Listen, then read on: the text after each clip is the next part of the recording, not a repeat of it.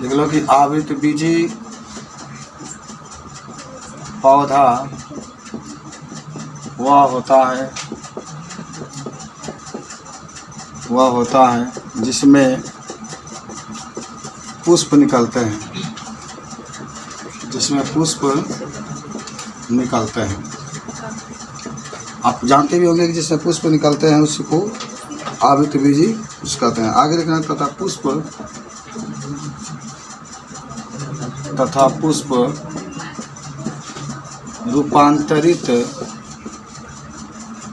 रूपांतरित प्रारोह होता है।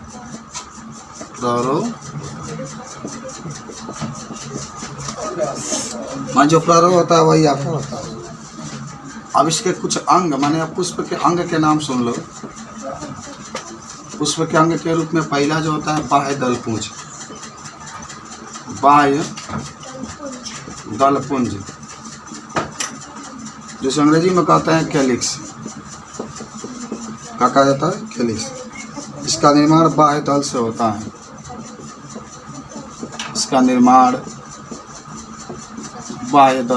है। बोलिए क्या? पंखुड़िया। इसका निर्माण बाह्य दल से होता है। तो पहला तो बहुत सिंपल था, बाह्य दल पुंज का होता है, तो इसके बारे में आप बता सकते हैं कि इसका निर्माण किससे होता है। देखो पुंज तो आपको हम समझा देते हैं बाबू। जब बाह्य दल पुंज कहेगा ना तो पुंज का मतलब होता है समूह। तो समझ लेते हैं पुंज का मतलब क्या होता है? समूह। यानी इसका मतलब हुआ कि बहुत अधिक जब बाह्य दल मिलेंगे तब आपका किसका निर्माण होता है? बाह्य दल पुंज का निर्माण होता है। पुंज का मतलब होता है समूह। तो बहुत अधिक संख्या में जब बाह्य दल मिलता है तो बाह्य दल पुंज होता है। कहाँ मालूम है कहाँ होता है? पतई के सबसे बाहर होता है बाह्य दल। चलो बी नंबर लिख लो, दलपुंज। ये सब पुष्प के अंग के नाम है, ठीक है। दलपुंज को अंग्रेजी में कहते हैं कोरोला। अब इसका निर्माण किससे होगा? दल के मिलने से होगा ना। ये पुंज है तो दल के मिलने से लिख देना कि इसका निर्माण जब बहुत अधिक संख्या में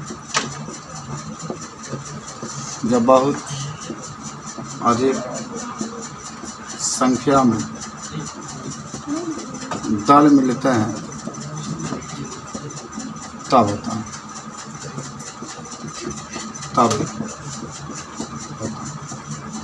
सी नंबर पुमंग। अच्छा पुमंग याद है ना? ये आपके नर अंग का भाग होता है पुमंग। देख लेना इसका निर्माण कुकेसर से होता है, याद रखना। लिख लेना पुमंग नर जनन अंग का भाग होता है।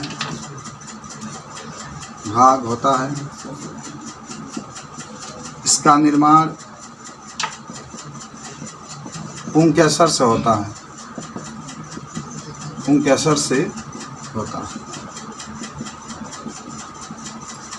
ये सब पुष्प के भाग हैं। उसके बाद से ऊपर लिख जाते हैं। नेक्स्ट आपका होता है जायांग।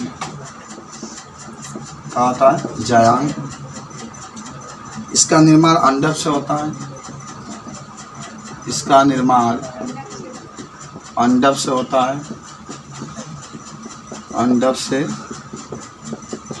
है। तथा यह स्त्री या मादा जननांग का भाग होता है।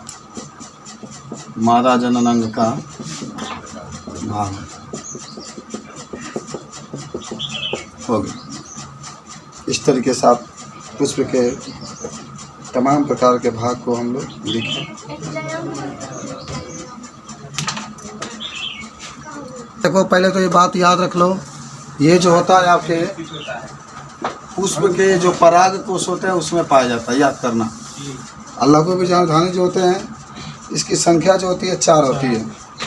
आपको याद होगा लघु बीजाणुधानी जो होता है उसमें 4 परत पाया जाता है, 4 स्तर होता है।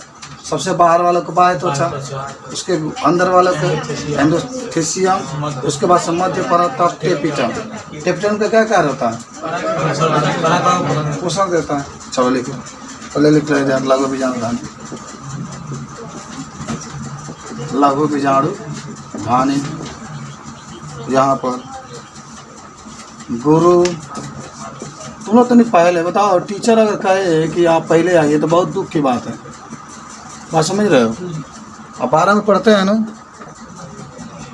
आके लिख लो, यह पराग कोश में पाया जाता है। याद कर लेना बाबू, पराग कोश में पाया जाता है। पराग कोश किस में पाया जाता है? हाई किस में पाया जाता है? याद है किसमें? या अंडाशय में पाया जाता है। अंडाशय के अंदर रहता है ही। याद कर लो, बहुत सिंपल है। अरे स्त्री में आई, पुरुष में। समझ रहे बात के? दूसरा लिख लेना, यह चार स्तरों से घिरा रहता है। कौन सा स्तर होता है? सबसे बाहर को बाह्य परत। याद कर लेना, तुम लोग याद भी होगा। और ये जो होता है अंतः अध्यावरण से घिरा रहता है। घिरा रहता। तीसरा, परागकण मात्र कोशिका से सूक्ष्म बीजाणु बनते हैं। देखना कि लघु बीजाणु धानी, लघु बीजाणु धानी कहाँ पाया जाता है? पराग कोश के चारों कोनों पर। याद है ना, 4 इसकी संख्या होती है। पराग कोशों के चारों कोनों पर पाया जाता है। क्या है भाई? ये पराग कोश है। चारों कोना में, यहाँ एक यहाँ एक यहाँ, चारों कोनों पर क्या होता है? पाया जाता है। हाँ, ये लिख लेना। वही बात फिर यही होगी कि यह मादा जनन अंग का भाग होता है। देखो, ये जब आता है ना एग्जाम में, तो कुछ किया नहीं जाता है। बस इतना जान जाता है कि ये जो लघु बीजाणु धानी होता है पुरुष में पाया जाता है, और गुरु बीजाणु धानी क्या होता है? स्त्री। और ये परागकण के अंदर पाया जाता है, पराग कोश के अंदर पाया जाता है, अंडाशय में पाया जाता है। इसी से परागकण निकल करके उसके अंदर जाते हैं, सब वर्तिकाग्र पर जाते हैं। उसके बाद से परागकण की क्रिया संपन्न होती है, और तब नए पुष्प का क्या होता है? हो गया जी। आ जाओ, कह रहा है कि निम्नलिखित शब्दावलियों को सही विकासीय क्रम में व्यवस्थित करें।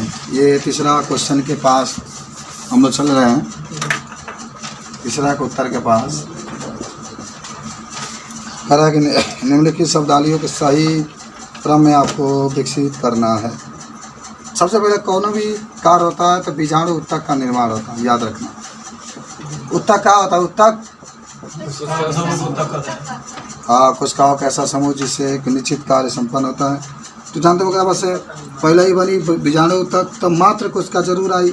तो में लिखा गया है कि पराग मात्र कोशिका। उसके बाद से किसका निर्माण होगा? लघु बीजाणु चतुष्क। लघु बीजाणु चतुष्क। उसके बाद से परागकण, उसके बाद से नर युग्मक,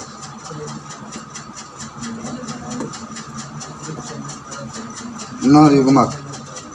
यही आपका सही क्रम है। याद कर लो आज। पहले उत्तक का निर्माण होगा, तब मात्र कोशिका आएंगी, तब लघु बीजाणु उत्तक का निर्माण होगा, तब परागकण का, तब नर युग्मक का निर्माण होगा। अब देखिए प्रश्न संख्या 4 आपका है। 4 का कह रहा है मालूम है? 4 ही कह रहा है कि एक आवृत्ति बीजी बीजांड के।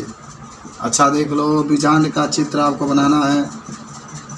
बीजांड का चित्र, आज का पूरा स्पष्ट नाम लिखना है। आप मुझे देखो क्या कह रहा है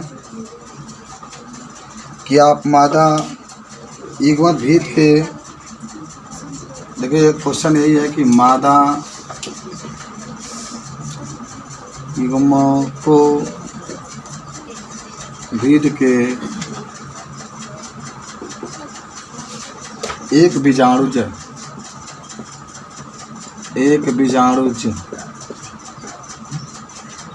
विकास से आप क्या समझते हैं, यही पूछ रहा है।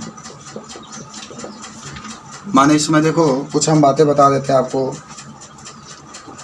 कि आप पढ़े होंगे सबसे पहले गुरु बीजाणु जनन, एकमात्र कोशिका से जब चार, याद करो, चार संतति कोशिका का निर्माण होता है तो उसी को कहते हैं गुरु बीजाणु जनन। तो चार को जब बनता है तो तीन को नष्ट हो जाता है, एक को बचता है और उसी के द्वारा पूरी प्रक्रिया आगे क्या होती है, बढ़ती है। और तब वह ये वो में लगातार विभाजन, समसूत्री विभाजन होता है। तो आपको याद होगा कि एगो से कितने कोशिका बनती है, 8 गो, 3 गो ऊपरा रहता है, याद करो, और 2 गो मध्य में रहता है और 3 सबसे नीचे होता है। ऊपर वाला कहता है, आपको याद होगा, प्रतिमुखी कोशिकाएं या प्रतिव्यसान कोशिकाएं कहते हैं। और इसको क्या कहते हैं, केंद्रीय कोशिका। और इसमें जो 2 होता है उसको क्या कहते हैं, सहायक कोशिका कहते हैं। और बीच वाले के क्या कहते हैं, अंड कोशिका कहते हैं, याद है। और फिर से जब अंदर जो होते हैं 2 नर युग्मक का निर्माण होता है। 2 नर युग्मक क्या होता है, का एक नर युग्मक तो अंड कोशिका के साथ मिल जाता है और दूसरा का जो नर युग्मक होता है केंद्रीय कोशिकाओं के साथ मिलता है। और जब केंद्रीय कोशिकाओं के साथ मिलता है तो यहाँ पर त्रिगुणित वाले संरचना बनता है, जिसको हम लोग त्रिसलयन कहते हैं।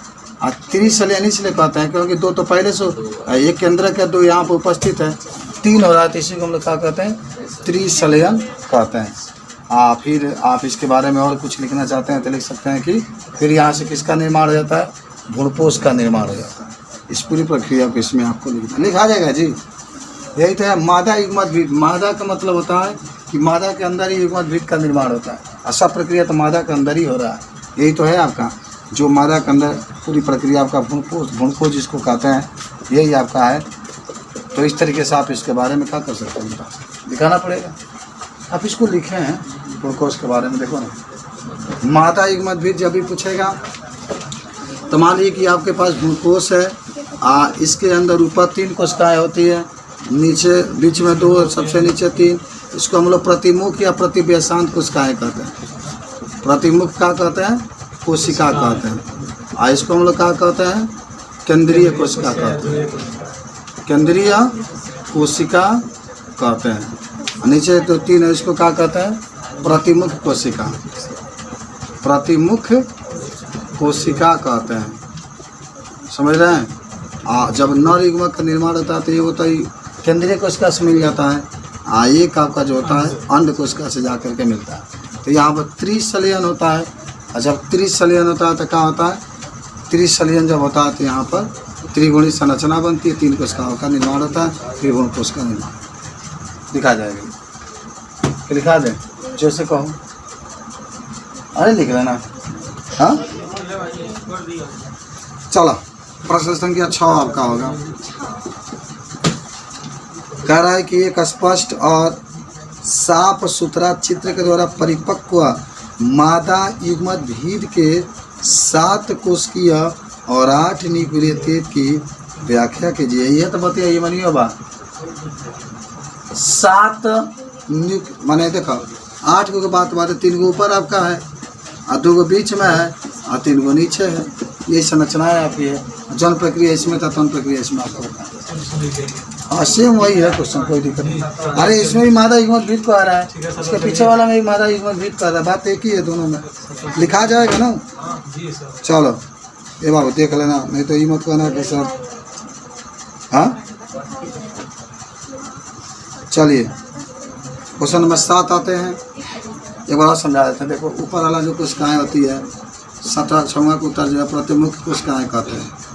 प्रतिमुख कोशिका, इसको क्या कहते हैं, केंद्रीय कोशिका। और नीचे वाला जो किनारा होता है उसको सहायक कोशिका कहते हैं, सहायक कोशिका।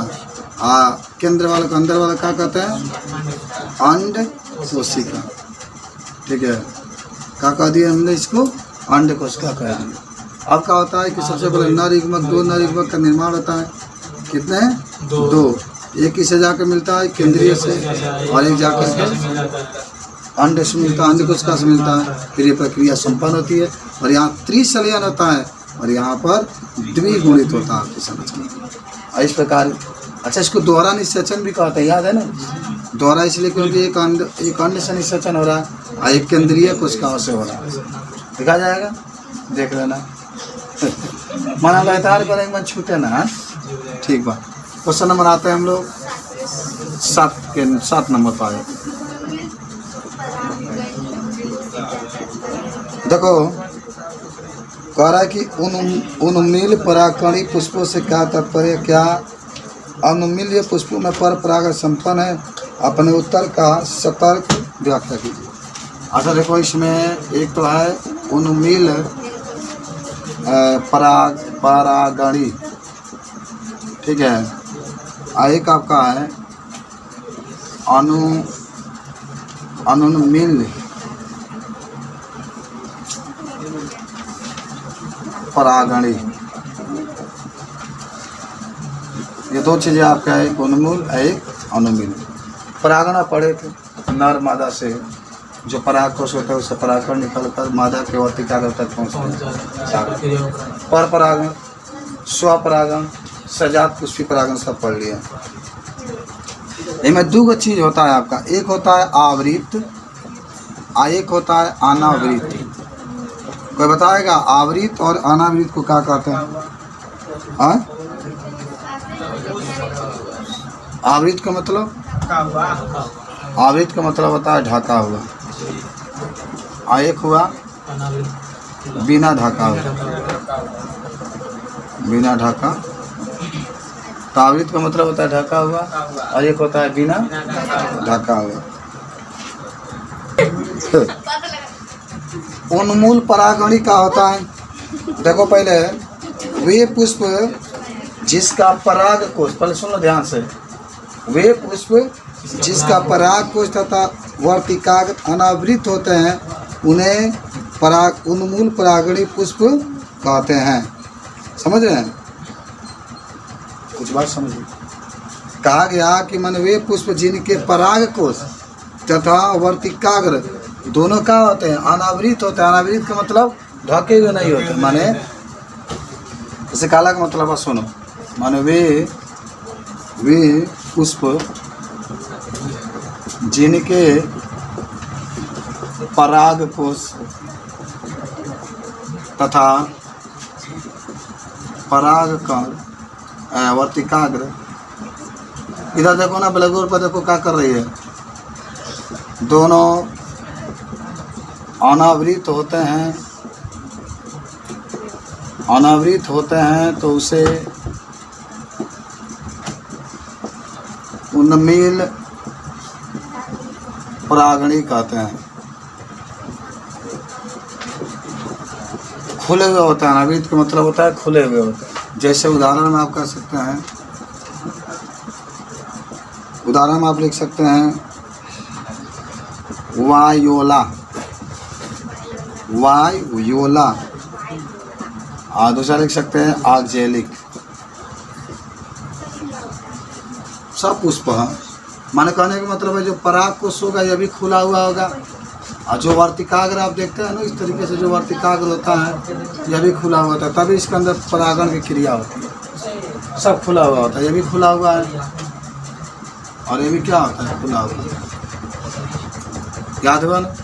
माने इसमें क्या होता है? पराग जो आपके वर्तिकाग्र होते हैं और जो क्या होते हैं पराग कोश होता है, दोनों खुले हुए होते हैं, तो उसमें जो परागणी होता है उसको उन्मील परागणी कहते हैं। हाँ, इसमें तो बंद होता है ना, किसमें? इसमें। हाँ, इसमें लिख लेना कि वे पुष्प जिनके पराग कोश तथा वर्तिकाग्र बंद होते हैं उसे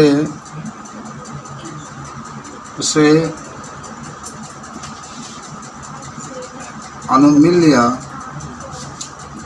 परागणी कहते हैं। अनमूल या परागणी कहते हैं। इसमें पर परागण नहीं होता है, इसमें पर परागण नहीं होता। वैसे ना पर परागण जो होता है कि माध्यम के द्वारा पराग कण उड़ करके एक पुष्प से दूसरे पुष्प में जाते हैं, हवा के द्वारा जा रहे थे, जल के द्वारा जा रहे थे, कीट के द्वारा जा रहे थे, जंतु के द्वारा जा रहे थे, इसमें नहीं होता है। ठीक है ना, पहुँचता ही नहीं, इसको अनमूल स्वपरागण कहते हैं। ये आप याद रखें,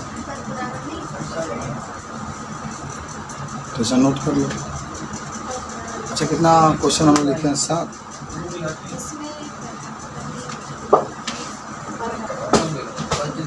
आ जाओ, क्वेश्चन नंबर 8।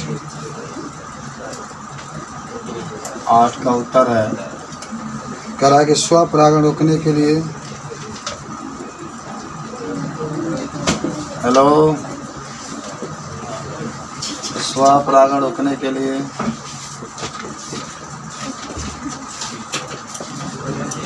दो कार्यनीतियाँ